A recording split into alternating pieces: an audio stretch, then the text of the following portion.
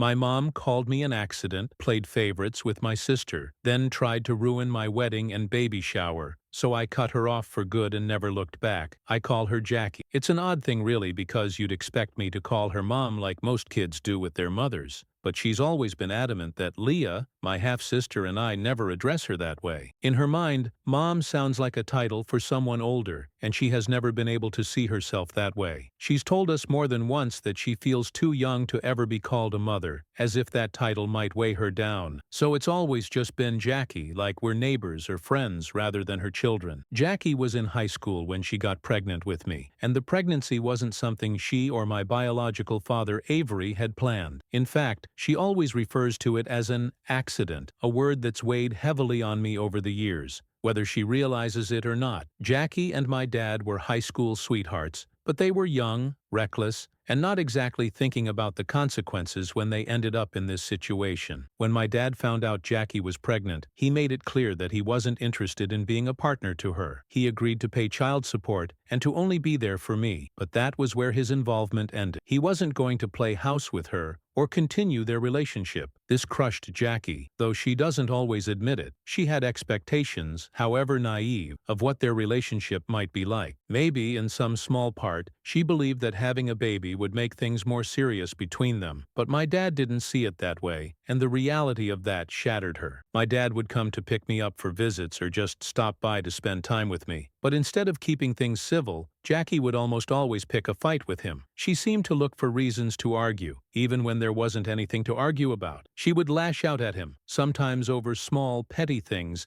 and other times over bigger issues, mostly centered around her anger that he didn't want to be with her. I was too young to understand what was really happening at the time, so I didn't question her whenever she spoke poorly about my dad. Jackie would say things like, "He doesn't love you enough to marry me," or "Fathers are supposed to take care of their families, and your dad's just a deadbeat." As a child, I didn't have the capacity to process what she was really saying, but as I got older, I started to see things differently. I began to realize that my dad wasn't the villain Jackie made him out to be. In fact, he was the opposite. He was consistent. He visited me every weekend without fail, always on time, and always eager to spend time with me. He never missed a child support payment, and I could tell that he genuinely loved being around me. I could feel that he cared about me, even if he and Jackie didn't have a good relationship. The more I grew up, the more I understood that my dad was doing everything he could to be a good father. Despite the circumstances, he wasn't perfect, but he certainly wasn't the deadbeat Jackie claimed he was. He was there for me, and that's what mattered most. It was kind of surreal watching her with him, seeing how different she could be. Mike's a nice guy, really laid back, and from the beginning he accepted me as part of his life without any hesitation. He's always treated me like his own daughter, which has meant a lot to me, especially considering how complicated my relationship with Jackie has always been. Mike was never the problem. He was steady and kind, and he made an effort to be there for me in ways that Jackie often didn't. Not long after they got married, Jackie became pregnant again, this time with my half-sister Leah. When Leah was born, I was thrilled. I loved her from the start, and over the years we've grown incredibly close. She's my best friend, and I'd do anything for her. But as much as I adore Leah, there's no denying that Jackie's treatment of the two of us has always been painfully unequal. From the moment Leah was born, it was obvious she was Jackie's favorite. I would watch them together, Jackie lighting up around her, buying her pretty little dresses with matching shoes, making sure she had every toy or thing her heart desired. Leah was, and still is, the apple of Jackie's eye. Of course it made me jealous. How could it not? I watched my sister get all the love and attention I craved from Jackie, and it hurt. It's not like I didn't try to win Jackie's affection. I did. But my requests for things, whether it was something as simple as a new dress or a toy I liked, were usually ignored or brushed off. Sometimes, instead of getting something new, she'd hand me my cousin's old things and tell me I didn't need anything new anyways, insisting that I should stop wasting unnecessary money. It's not just about the material things, it's the emotional distance. The way Jackie seemed to reserve all her warmth and affection for Leah, leaving me to feel like an outsider in my own family. And even though I love Leah with all my heart, I'd be lying if I said it didn't hurt to see my own mother treat her so differently, as if Leah were her only child. Every year when Leah's birthday rolled around, it became a big event celebrated with a level of extravagance that made it clear just how much Jackie adored her. The parties were always filled with decorations, gifts, and an excited crowd of family and friends. There would be balloons, cake, and a whole lot of fuss made over Leah, and you could tell Jackie poured her heart into making those days special. It was the kind of birthday every kid dreams of. I remember how much it stung to see the stark difference between the way Jackie celebrated Leah's birthdays and the way mine were barely recognized. It felt like another reminder that I wasn't as important to her, that I didn't deserve the same love or effort. Instead, she'd snap back at me with a cold response like, "Go cry about it to your dad," as if he were somehow to blame for how she treated me. She'd say things like, "This is all his fault," shifting the blame away from herself and onto him, as if her favoritism had anything to do with my dad's actions. It was her way of deflecting, refusing to acknowledge the hurt she was causing. My dad, though, always tried to make up for it in whatever way he could. He knew how much birthdays meant to me, how special they should feel. He never failed to be the first one to call me and wish me a happy birthday right at midnight. He'd buy me gifts and try to make the day feel special, even if it wasn't the same as having a big celebration. He noticed how differently Jackie treated me and Leah, and it upset him. I remember a couple of times when he tried to talk to Jackie about it. He wasn't confrontational. He just wanted to understand why she couldn't treat us both with the same love and care. But those conversations never went well. Instead of listening, Jackie would lash out, and it would quickly turn into a screaming match. She'd tell him to keep his opinions to himself, and that he had no right to comment on how differently she raised Leah because she was married to Leah's father, not him. She made it clear that in her eyes, the fact that Mike was Leah's dad gave her permission to treat Leah better. It was as if my dad's involvement in my life automatically disqualified me from receiving the same level of love or attention. That hurt more than anything. It felt like I was being punished for something that wasn't even my fault. The few times I did hear from her felt more like an obligation on her part, rather than any genuine desire to know how I was doing. Ironically, Mike, Leah, and my dad made far more effort to stay connected with me than Jackie ever did. They visited me more often, checking in to see how I was settling into college life, and making sure I wasn't feeling alone. It was comforting, but it also hurt to see how little my own mother seemed to care. The lack of love and attention from Jackie stung deeply, but I tried not to dwell on it too much. I kept hoping that maybe in time, whatever issue she had with me and my dad would fade away, and we could eventually have some kind of normal relationship. He was supportive and made me feel seen, which was something I didn't often experience with my own family, especially not from Jackie. When I graduated from college, it was a big moment for me. My dad, stepdad, Leah, and even Jackie came to celebrate with me. But to be honest, Mike had to convince Jackie to come. I knew she wouldn't have shown up if it hadn't been for his persistence. Still, it meant something to have them all there on such an important day. That day, Jackie met Ian for the first time, and to my surprise, she seemed almost captivated by him. I didn't think too much of it at first, but then she started making these weird comments,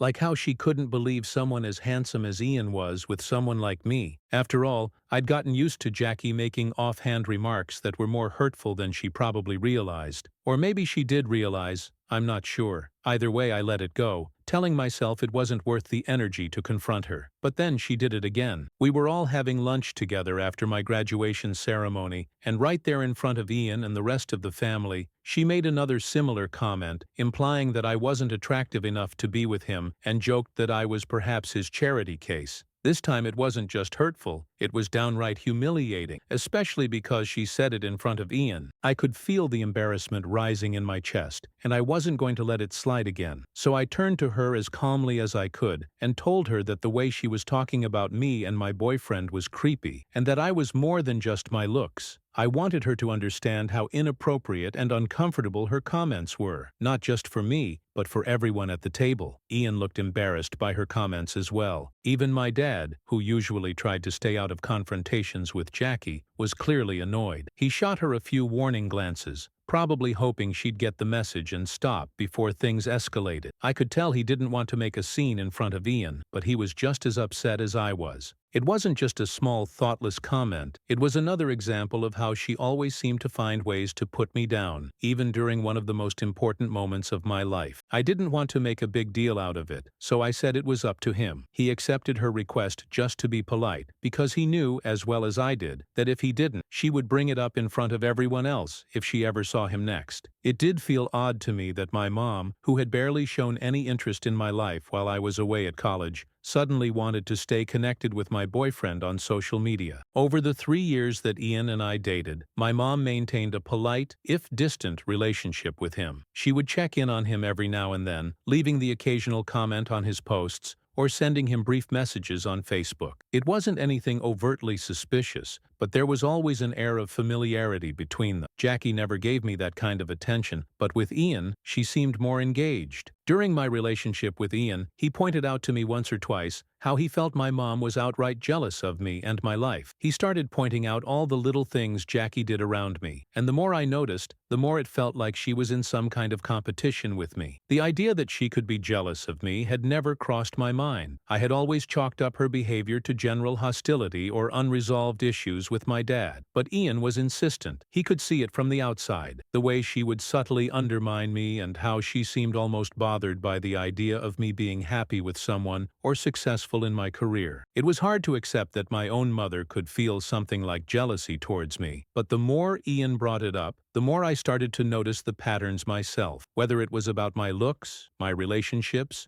or even my achievements, Jackie always found a way to make me feel smaller. When I considered it from the perspective that maybe, just maybe, she was jealous, it all started to make sense. After that realization, I began to grow more cautious around Jackie. What once felt like indifference or coldness now seemed more like a twisted sense of competition. And that thought, more than anything, made me distance myself emotionally from her even further. We promised to stay friends and keep in touch. But as is often the case, life got in the way. I got busy with my own life, and Ian did the same. Before long, we lost touch completely, and that chapter of my life quietly closed. With him, things felt right. We talked openly about our dreams and our future, and for the first time, I started to see a real path towards the kind of life I wanted. A life filled with love, stability, and eventually, a family. I'm truly happy with him, something I don't take for granted. Phil and I had always dreamed of starting a family, and while the timing may have been unexpected, the excitement was real. We were overjoyed and immediately began planning for this new chapter in our lives. The first thing we did was get married. It was a small, intimate ceremony with just close friends and family. Leah, of course, was my bridesmaid. Having her by my side on that day meant the world to me. Jackie, my mom, attended the wedding, but throughout the ceremony I could sense her disapproval, though I wasn't entirely sure why. She looked frustrated, as if something about the whole event bothered her. Later, when we had a moment alone, she finally let her feelings spill out. She told me rather bluntly that she never wanted me to marry someone like Phil. In her mind, I was making some kind of mistake by being with him. Then she went on to say how she had actually hoped I would get back together with my ex-boyfriend Ian. I couldn't help but laugh when she said it. It was such an absurd suggestion, so out of touch with the reality of my life now. I thought maybe she had had a little too much to drink at the wedding and was just speaking nonsense. The idea that she was still stuck on my ex when I had moved on and found happiness with Phil was almost laughable. I tried to ignore her comments, as I had learned to do over the years, but deep down, it did bother me that even on one of the happiest days of my life, my wedding day, Jackie couldn't just be happy for me. Instead, she found a way to criticize and make me feel like I wasn't living up to her expectations. But this time, thankfully, I had other things in my life to focus my energy on. I had Phil by my side, a baby on the way, and for once, I chose to focus on the love and joy in my life rather than Jackie's negativity. They were genuinely over the moon for me, and their happiness made that moment even more joyful. But as expected, Jackie, my mom, had to throw in her own brand of negativity, as if she couldn't just let me have that happiness without a sour comment. Her words took me by surprise. It felt like she was projecting her own regrets or unresolved issues onto me. I couldn't believe that even in this joyous moment, she couldn't support me without making me second-guess myself. I was becoming a mother, and the thought of her trying to belittle or overshadow my happiness, and worse, potentially doing the same to my child, made me stand my ground in a way I never had before. I calmly reminded her that I was not her, and that I would never regret having a child with a man I love. I made it clear that no matter what the timing was, I had no doubts about becoming a mother. For so long, I had let her walk all over me, picking apart my decisions and making me feel small. But this time was different. I wasn't going to allow her to manipulate or undermine me anymore, especially when it came to my family. That's when Jackie revealed her true feelings. She said that she couldn't believe that I, the daughter she had always treated as second best, was the first to get pregnant and give the family its first grandbaby, and that she had always expected Leah to win. Hearing her say that was like a slap in the face. Not only did she outrightly insult me, but now my pregnancy, my joy, was somehow an inconvenience to her image. It was a shocking display of selfishness, even for Jackie. She wasn't worried about me or my future as a mother. She was only concerned about how she would look to her friends. I firmly told her that if she truly felt that way, she wouldn't have any role in my child's life. I told her that if her reputation was more important than being a supportive mother and grandmother, then she was officially banned from my child's life, and I would be going no contact with her. The conversation quickly escalated into a huge argument, with emotions running high on both sides, but I asked her to leave. Ever since then, Jackie has been sending me multiple messages, trying to guilt-trip me into apologizing for my outburst. She says she just wanted to be truthful about how she felt, and has accused me of being overly sensitive due to my pregnancy hormones. She thinks that as my mother, she has every right to voice doubts about my quick marriage and pregnancy. At this point, I am seriously considering cutting Jackie out of my life after the way she has treated me. It seems that for the first time, Jackie has realized I was serious about cutting her out of my life and understood that I wouldn't tolerate her toxicity anymore, especially when it came to my child. She has reluctantly apologized to me, promising not to be so negative about my pregnancy or my marriage again. 3 days ago, Leah threw me a beautiful baby shower. Everything was perfect, just as I had imagined. Jackie, of course, was present, though she seemed unusually nervous that day. I noticed that she kept glancing at the door as if she were expecting something or someone to arrive. Then, when the doorbell rang, everything changed. Jackie practically jumped off the couch and made an announcement to the room. She had a surprise for everyone. I had no idea what to expect. I thought it might be something small, maybe a gift or a guest I wasn't expecting. But I could never have predicted what would come next. This was my baby shower, my special day. Yet here was my ex standing in front of me. I couldn't understand what was happening. My mom then told me how she had talked with Ian for weeks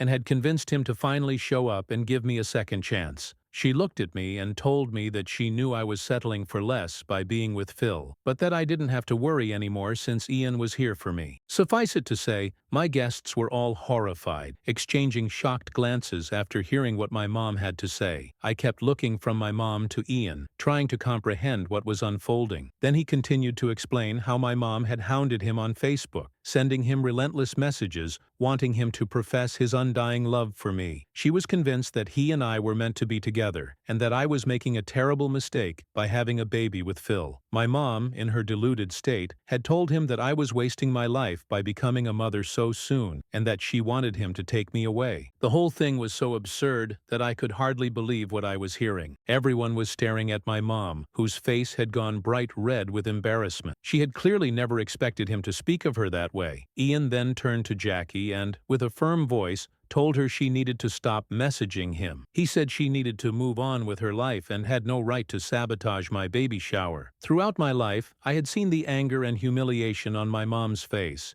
but for once, she didn't have a snappy comeback or a defense. Ian continued to tell her that he had always known her to be jealous of me, and that he was very disappointed to see that she had never changed, even after all these years. Jackie stood there speechless as the weight of her actions became apparent to everyone in the room. After Ian finished, he turned to me and apologized again. He said he was sorry for the disruption but felt it was necessary for him to reveal the truth about my mother's behavior, as he wanted me to see the true face of Jackie. Before leaving, he handed me a small gift he had brought for my baby, which was really sweet of him. Despite the awkwardness of the situation, I thanked him for coming and for having the courage to tell me what was going on. Without his honesty, I don't know if I would have ever believed that my mom could do something like this, plotting behind my back and trying to sabotage the most important moments of my life. After Ian left, the room was filled with uncomfortable silence, and all eyes were on my mom, who looked like she wished she could disappear. She was on the verge of tears,